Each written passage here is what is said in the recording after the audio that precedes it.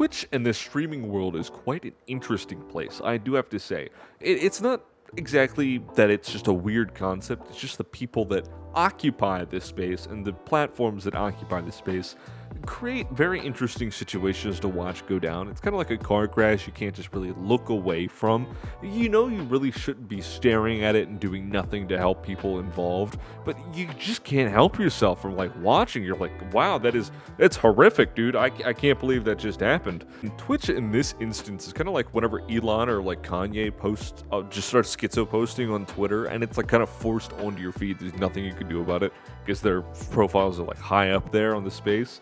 And you're just like, I don't want to see this. What are you guys doing? Before we get too far into the video, of course, I'd like to recommend that you go ahead and hit that subscribe button if you have to make sure notifications are on for the next upload.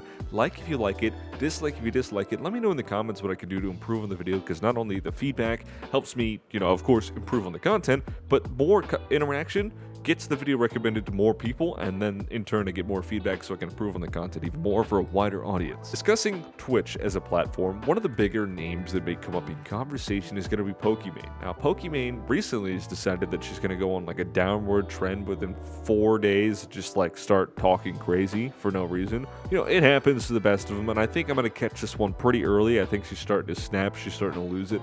First, she went ahead and just decided to say that streaming is becoming too male-dominated. It's becoming a little bit harder for equal gender opportunities, right?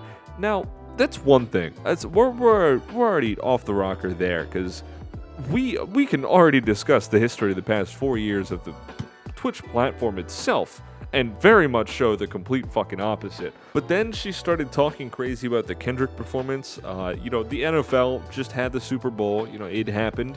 People talked about it for a little bit, and it's done, right? And I didn't expect people to keep dragging it on and then start talking about messages and stuff. And Pokimane came up on the feed, and she decided that she was going to start alluding to the idea that the only people that disliked Kendrick were white people. A little weird. And then labeled herself as white passing. Well, for some reason, she felt the need to point that out. I don't think anyone really gave a fuck. Excuse my language. Excuse me maybe accidentally talking on someone else's behalf. But, I don't think anyone fucking asked.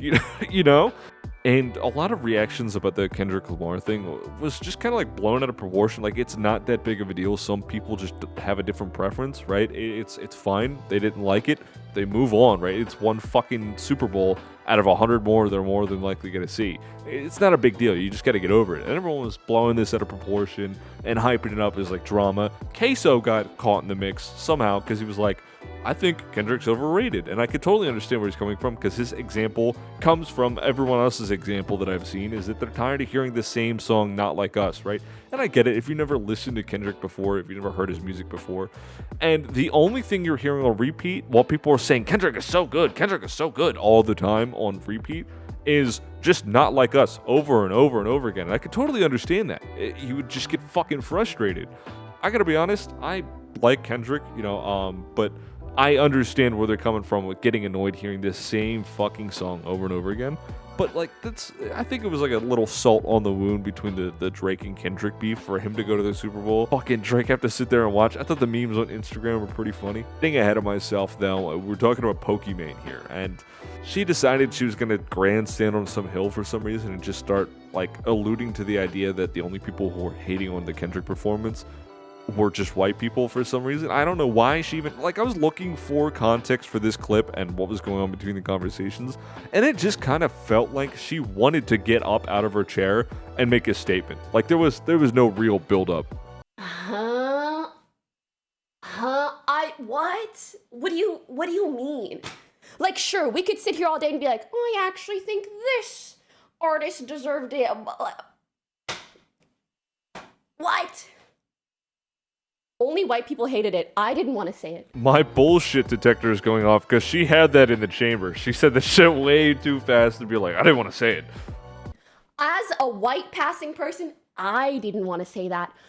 But you saying that and me repeating that message, I'm just going to let that sit. Okay, you know what pissed me off the most, respectfully, too? The people that I saw with this take the most were white men. Ain't nothing wrong with being a white alludes to racism while entirely just cutting out an entire portion of people based on race, and then immediately going, oh no, it's white men. It's white men. Whatever. Being like, oh, I don't think he deserved it. It's just like, stop, please, please, please stop, please, please, shh, arrête, please arrête. And if you don't know what that means stop in French. Now you know. Basically saying that there might be some racism involved, and that there was this hidden message you just wouldn't understand because you are the way you are. You know, that's not really a good explanation. You know, you can name a couple songs. Me personally, I can name a couple right off the rip right now. I would have no issue with it. And I would think some older Kendrick songs would go pretty well at the NFL. Considering the whole Ye thing with promoting basically a swastika on a t-shirt at the Super Bowl, I think we're well past family friendly at that point, because what do you have, like 2 commercials? You spent way too much money on that shit. I think a couple other songs could have been like a backup reason as to, you know, explain herself, you know, go a little bit more in depth, but I didn't get any of that. I couldn't find any of that going through the context. Once more, did not know what was going on, don't know why she was grandstanding for some reason, and then to sit there and tell people, well, the only reason you guys didn't like it is because you were talentless or some shit, and it's because you're white men. Like, that is such a non-argument. That doesn't do anything for discourse. That doesn't do anything for real-world problems. You're, in fact, just making it pretty much nothing, a non-issue. You're making real issues a non-issue, and then using it as a counter-argument, as like a gotcha. Like, this is coming from someone who didn't mind the Kendrick performance, right? I get why someone could be upset about the song, right? I understand. I like Kendrick. I'm agreeing with the idea that Kendrick could have been up there with that issue if that's what the NFL wanted to go with, a more adult theme. Yay. But what the fuck are these arguments? These aren't good arguments. Apologize if my voice isn't as nice as it usually is. I got sick recently, so it's a little strained, and I'm working on it. I'm trying to get back to full health, you know what I'm saying? Find it really interesting to see who are the top streamers, their similarities, their differences, especially in terms of audiences.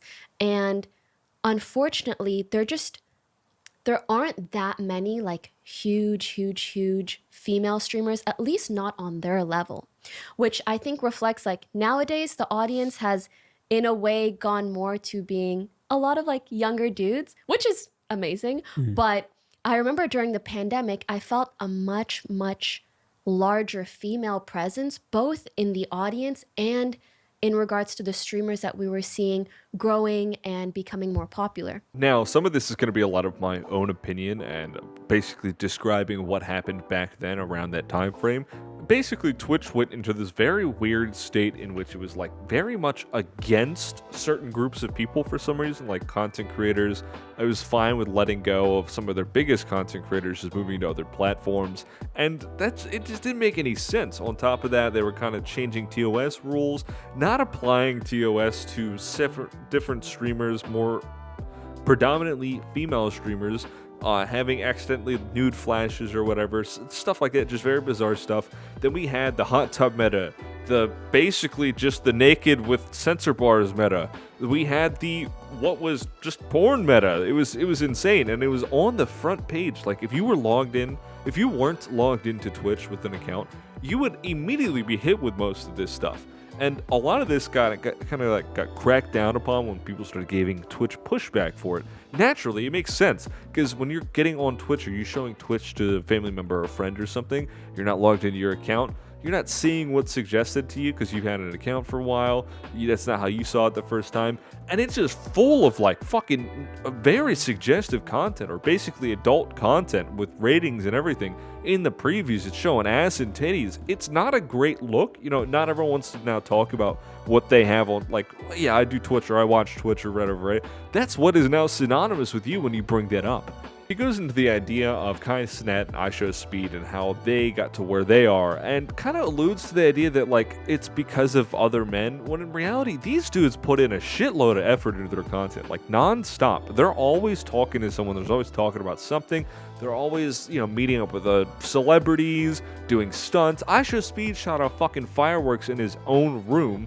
It's just insane stuff all the time. They're trying to keep the attention, trying to keep it going. All of that energy and focus is going to collaborations and upping the stakes, upping the stunts. They don't really stop.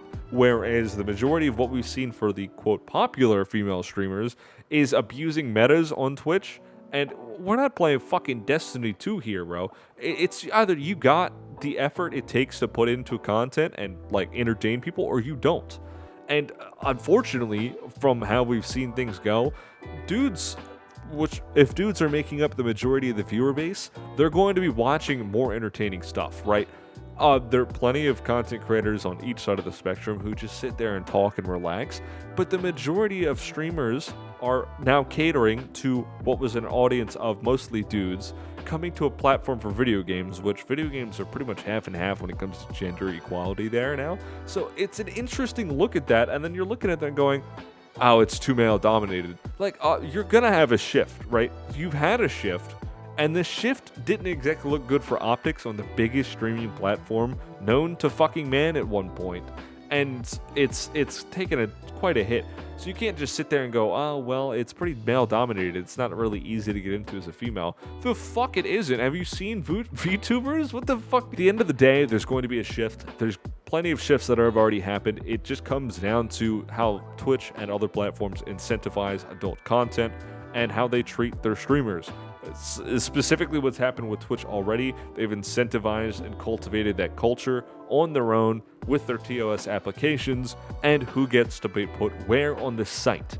And honestly, it's on them, right? That's up to them how they want to handle the platform. I'm not in any ownership of Twitch. I'm not fucking making the rules here. You can do what you want. It's allowed Kick and YouTube to get a pretty strong foothold in the streaming world, so it's just up to them, you know. Like if you like it, dislike it. Let me know if you agree or disagree, what your thoughts are, opinions are. If you have any feedback for me, the feedback in the comments also gets more engagement going, gets the video recommended to more people, and I get more feedback and I can improve on the videos in turn even further. Thank you for watching all the way through, and I will see you around.